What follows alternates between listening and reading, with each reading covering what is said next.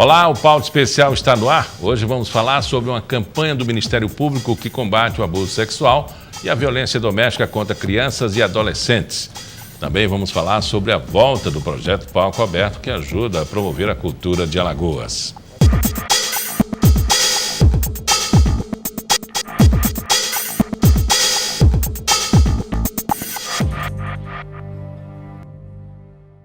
Ainda não se tem uma noção do número de casos do turismo sexual envolvendo crianças e adolescentes em Alagoas, devido a pouca notificação. Mas isso não quer dizer que esse tipo de crime não existe e não deva ser combatido.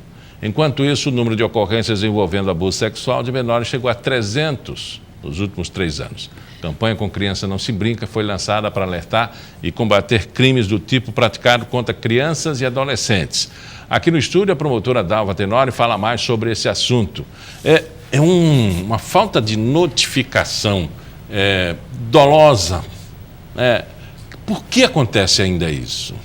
Acredito, Miguel, que o que vem acontecendo é falta de políticas públicas no sentido de coibir. E quando eu falo políticas públicas, eu falo de creches, eu falo de escola, eu falo de local para essas crianças ficarem seguras, cuidadas, sob vigilância, sob um olhar que realmente permita que ela seja colocada no local onde a criança deve estar, segura.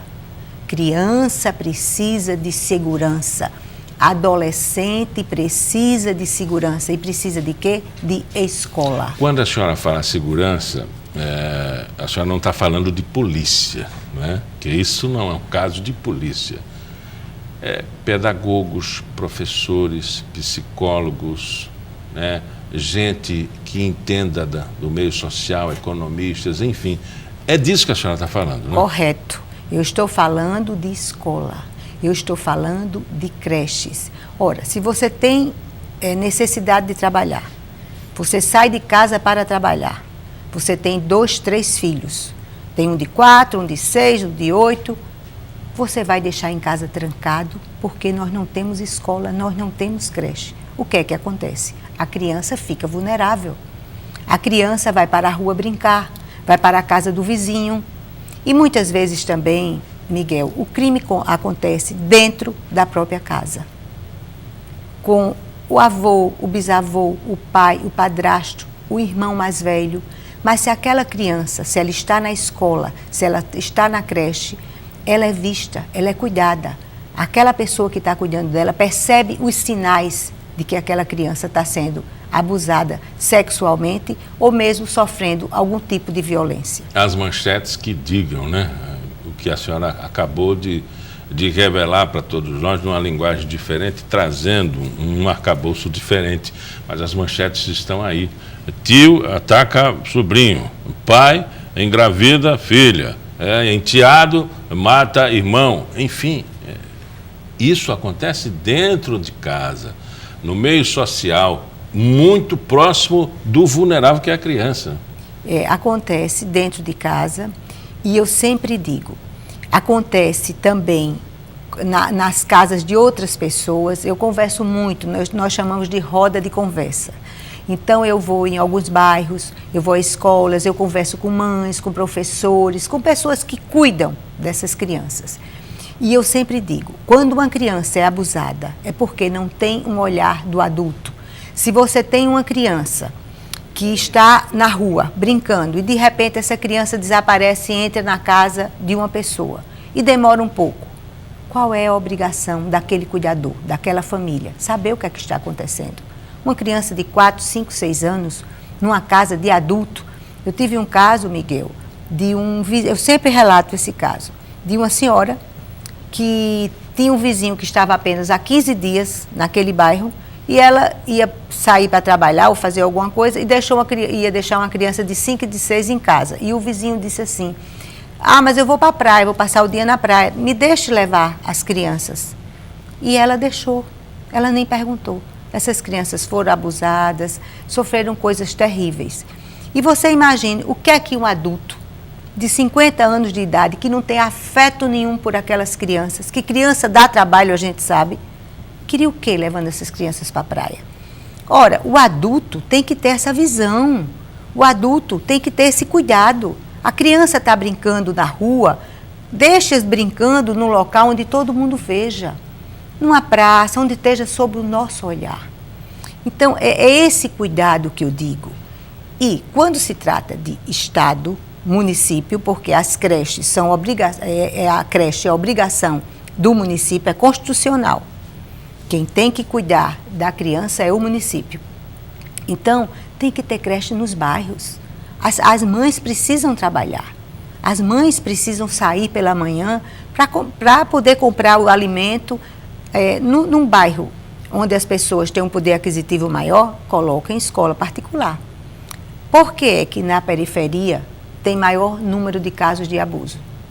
Porque é onde as famílias não têm condição de pagar a escola ou a creche. Quem tem a obrigação? O município. E essa é a nossa luta. E me parece que sempre que há uma manchete se justifica, né, sobre a responsabilidade dos pais. Ninguém nunca vai perguntar qual é o histórico dessa família, o que aconteceu para que esse caso aparecesse somente naquela data. Mas antes tem toda uma história de vulnerabilidade social da família, né? Com certeza. Inclusive, nós temos muitos casos de drogas. Por exemplo, a família, o pai e a mãe se drogam e aquela criança fica vulnerável. Então, o Estado tem que chegar com o aporte de cuidar.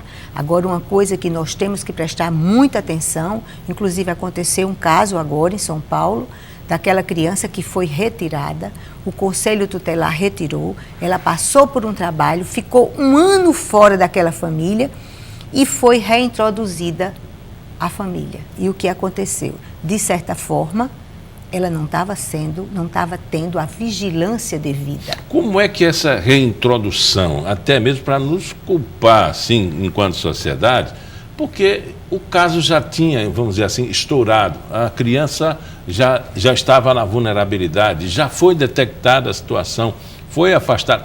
A volta, como é esse acompanhamento? Há uma entrevista social, a sociedade acompanha, o serviço social acompanha, algum órgão acompanha essa reintrodução, essa nova vida? Deveria ter uma equipe multidisciplinar, que é uma luta nossa. Psicólogos, psiquiatras, assistentes sociais, para fazer um levantamento da família, acompanhar aquela criança nos seus primeiros dias e durante algum tempo, até que aquela criança tenha condição de se defender. Foi o que não aconteceu. Eu apenas vi as entrevistas, não li processo, mas você percebe que aquela criança foi reintegrada à família. Inclusive, houve até um trabalho, a televisão foi, gravou, filmou aquela criança voltando para a família, mas houve uma falha.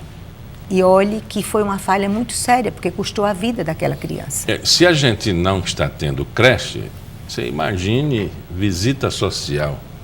É verdade. Que se o programa de saúde da família não vai à casa das pessoas, se o agente de saúde... Eu vejo muita gente de saúde passeando na rua. Eu nunca vi um agente de saúde entrar numa casa. Eu não vi.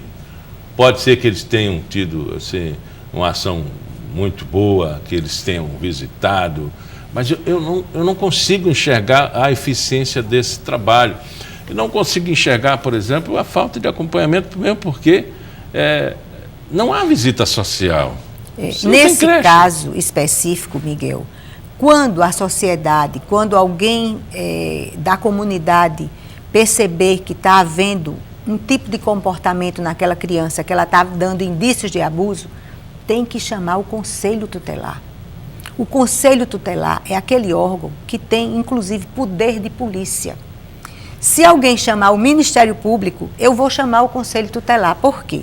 Porque o Conselho Tutelar, com poder de polícia, vai lá e pode retirar aquela criança imediatamente. Retira e depois faz todo o procedimento padrão. Já o Ministério Público, para eu tirar aquela criança, eu teria que judicializar, pedir uma autorização judicial, pedir ao juiz. Então, eu sempre digo, olha, o melhor caminho Se você tem um problema na escola, se você tem um problema na sua comunidade, na sua igreja, ou mesmo você vai passando e vê uma criança sendo agredida de forma terrível, né? Porque a agressão contra a criança eu acho uma covardia. Chame o Conselho Tutelar. Nós temos conselhos tutelares em vários bairros e eles atendem. Se o Conselho Tutelar não der uma resposta, vá à delegacia da criança. Sabe, Miguel, nós temos uma delegacia especializada. Ela fica ali na subida da Ladeira do Óleo, no Jacintinho. Então, eles vão até a casa daquela criança, faça a denúncia, porque terá um retorno. E se ainda assim não tiver um retorno na delegacia, procure o Ministério Público. Mas não se cale, porque é uma questão entre a vida e a morte. A senhora, nesses anos de experiência, vê com que olhos a quantidade de casos e o meio social. Qual é vamos dizer assim, a integração que há, ou junção de ideias entre os casos que estão aparecendo, muito mais, e o avanço social? Olhe, geralmente, quando eu recebo esses inquéritos, porque esses inquéritos ele vem ou pelo NIMP, que é a Central de Inquérito do Ministério Público, ou, se foi flagrante, vem pelo Judiciário. Eu recebo mais pelo ENIMP, que é a nossa Central de Inquérito. Então, normalmente, eu faço um levantamento para ver o bairro, para ver a situação daquela família, até por uma curiosidade, para saber onde podemos trabalhar com a prevenção. E você percebe que nos bairros da periferia, o número é muito maior. Agora, se você me perguntar, acontece em todos os bairros, é democrático. O abuso e a violência contra a criança, ela é democrática. Você viu aquele casal de São Paulo? Eles são pessoas que estudaram, que tiveram acesso. Agora, por que acontece mais na periferia? Porque as famílias não têm condição financeira para colocar os filhos numa creche, para colocar nas escolas, vive com subemprego, se drogam, bebem muito, até por conta daquela situação. Mas não estou dizendo que isso não acontece também em outra faixa social. Também pelos mesmos motivos. Droga, bebida. Muitas vezes a criança é salva porque ela está na escola. E se há um litígio, aí é que a parte mais vulnerável é a criança, né? Que além de abandonada, ela sofre violência. Sofre violência. E você veja, há um estudo que diz, não, nós temos que trabalhar para aquela criança voltar para casa. E na realidade, às vezes, quando ela volta, ela sofre outros abusos, inclusive chega até morrer. Então, nós temos que ter um cuidado muito grande no estudo desses casos. Conversamos com a doutora Dalva Tenório, promotora de Justiça do Ministério Público de Alagoas. Muito obrigado pela entrevista. Eu que agradeço o espaço. No próximo bloco, o projeto Palco Aberto, que ajuda a promover a cultura de Alagoas, está de volta. Até já.